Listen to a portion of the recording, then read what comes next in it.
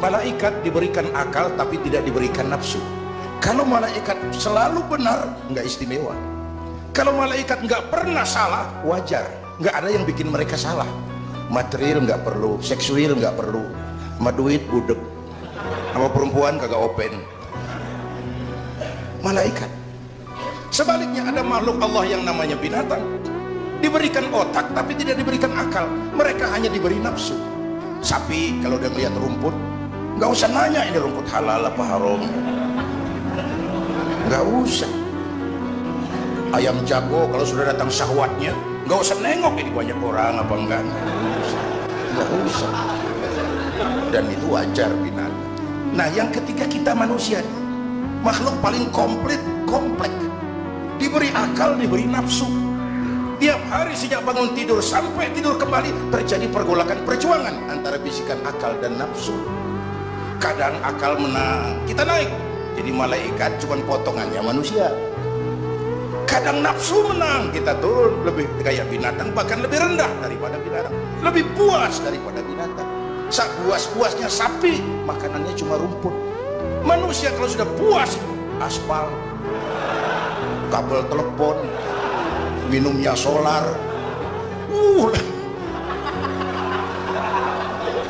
lebih puas dari binatang sekalipun. Agar akal bisa mengendalikan nafsu, Allah menurunkan agama, bukan menghilangkan, mengendalikan, mengatur. Manusia tanpa nafsu bukan manusia. Manusia nafsu melulu, kebo. Islam nih, agama ini nggak ngilangin nafsu, ngatur supaya sesuatu pada tempatnya. Jangankan hidup berkehidupan, pakai kopiah saja mesti ada caranya. Ya, ada cara ceramah ya gini, dagang miringin dikit, main gaple begini. Mau pakai kopiah aja ada cara aja tuh.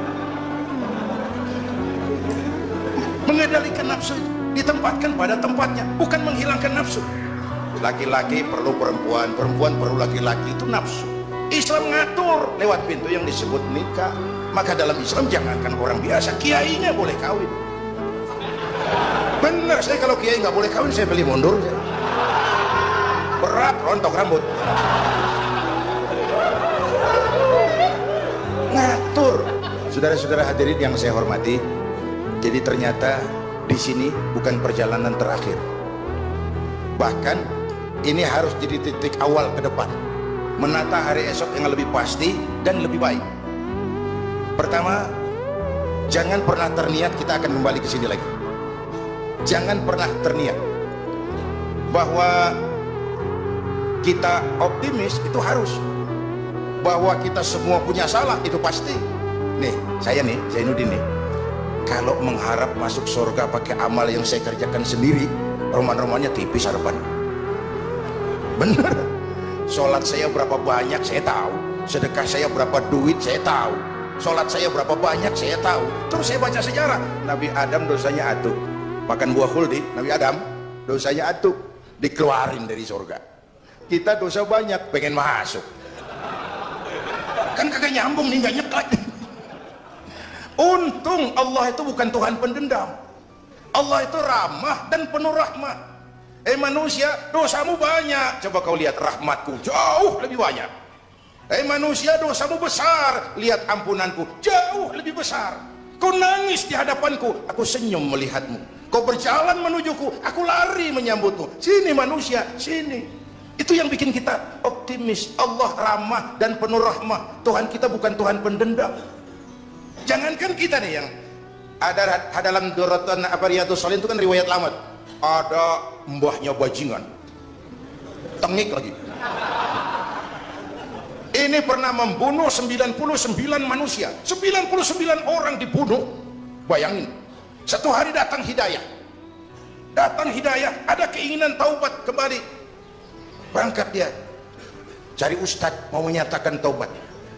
Yang ditemuin ustadz belum tapi matang, masih mengkel. Assalamualaikum ustadz. Salam. Kenapa? Ustadz, saya mau nanya. Apa?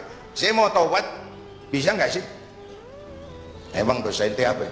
Saya pernah bunuh 99 orang, Ustadz. Oh, ente kelewatan amat.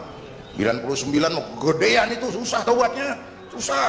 Enak aja 99 dibunuh, kurang ajar ini. Niat namanya bajingan digituin naik darahnya, sialan nih Ustaz nih. Orang mau taubat kok ngomongnya nggak enak. Gue pikir daripada 99 dengan gue lempengin nih. Akhlakul karimah itu kriterianya itu langsung dari Allah. Jadi bukan manusia yang menentukan sesuatu itu baik, benar, salah. Itu hak prerogatif Allah. Nah, akhlak ini lebih lengkap, lebih sempurna daripada daripada adat misalnya. Anak muda yang lewat di depan orang tua membungkukkan badan, itu dianggap sudah cukup beradat, tapi belum tentu berakhlak. Niatnya apa dia bungkukin badan? Ngedek kaki udah bongkok. Tergantung niatnya. Secara adat dia sudah beradat, tapi belum tentu berakhlak, bergantung motivasinya.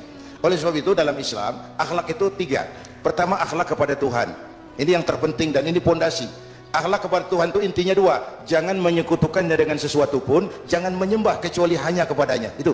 Berakhlak apa tidak kita kepada Tuhan? Kelihatan dari 2 ini. Jangan menyekutukannya dengan sesuatu, jangan menyembah kecuali hanya kepadanya. Itu sumber nilai akhlak. Jangan menyekutukan Tuhan dengan terang-terangan atau remeng-remeng. Kadang-kadang kita terang-terangan enggak, remeng-remeng kejebak. Gue entak pakai cincin ini nih, tuh, cincin dah. Gue entak pakai cincin ini nih. Jangan anak perawan, nenek-nenek lihat gue lemes. Nenek-nenek ya lemes. Nah, jangan menyembah kecuali hanya kepadanya. 1. Yang kedua, akhlak kepada sesama. Baik sesama muslim, non muslim, dan seterusnya. Yang ketiga, akhlak kepada lingkungan. Ini sama pohon ini kan kita harus berakhlak. Sama air kita harus berakhlak. Satu saat kampung saya banjir, saya ngomong sama kong saya, "Kong banjir kong." Kata kong saya, "Biarin, bukan salah air." Habis, salah lo. Salah kita bagaimana? Lah, lo tempat air lo tempatin. Yang punya tempat datang dia kagak ngerti, ini tempat gua di sini nggak beda lo. Banjir. Artinya apa? Di Jakarta ini kita nggak ngasih tempat buat air, pantas dong dia ngayap kemana-mana. Al-Quran mengajarkan, "Wa tilkal ayyamu nudawiluha bainan nas." Hari itu kami putar di antara manusia. Tidak ada yang tetap. Segalanya pasti berubah. Sehingga para filosof bilang yang tetap adalah perubahan. Yang tetap adalah perubahan. Ada saat datang, ada saat pergi. Ada hari dilantik, ada saat menyerahkan jabatan. Ada saat berdiri, ada waktunya duduk. Semua datang dan pergi silih berganti. Dalam proses perubahan itu sering terjadi pergeseran nilai. Ya Bu? Apaan? Serius banget. Emang kudu serius. Dalam perubahan itu sering terjadi yang disebut pergeseran nilai. Sebab apa? Sebab Al-Quran sudah memberikan indikasi. Kalla innal insana la yatgha ar-ra'ahus taghna. Manusia sering lupa diri apabila melihat dia berada dalam posisi yang mapan. Baik kemapanan itu karena kemampuan intelektual, karena kekuatan materi, atau karena faktor kekuasaan. Dikala itu orang sering lentur dan luntur, mengalami proses degradasi. Banyak orang tadinya dengan lantang teriak, "Berantas korupsi, ganyang korupsi," cuma karena belum dapat kesempatan. Begitu dapat kesempatan, korupsinya lebih gila dari yang diteriakin. Ada nggak yang model begitu? Di luar negeri. Di luar negeri, luarnya lagi malah. Terjadi proses degradasi. Makanya saya sih ngarepin ini menteri-menteri kabinet baru kayak kemarin dilantik, DPR baru, saya ngarepin waktu dilantik tuh baca doanya nawaitu sauma godin. Niat puasa dulu deh. Ini negara lagi kurang tapi bagus, ekonomi masih gonjang-ganjing, rakyat masih Senin Kemis. Nawaitu sauma godin dulu deh. Nunda dulu, nunda tempe boleh habis maghrib. Nunda entaran, tahu boleh habis maghrib. Menteri mau naik mobil mewah boleh ntar kalau ekonomi udah mendingan, rakyat napasnya udah pada lega. Nawaitu saum, ini malah dilantik malah Allahumma lakasumtu. Doa buka puasa yang dibaca habis rakus semua jadi.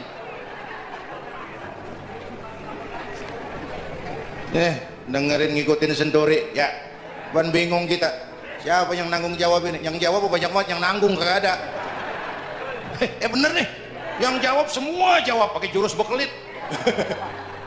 Yang nanggung kagak ada. Nih ujung-ujungnya saya khawatir kayak lagu Bengawan Solo, akhirnya ke laut.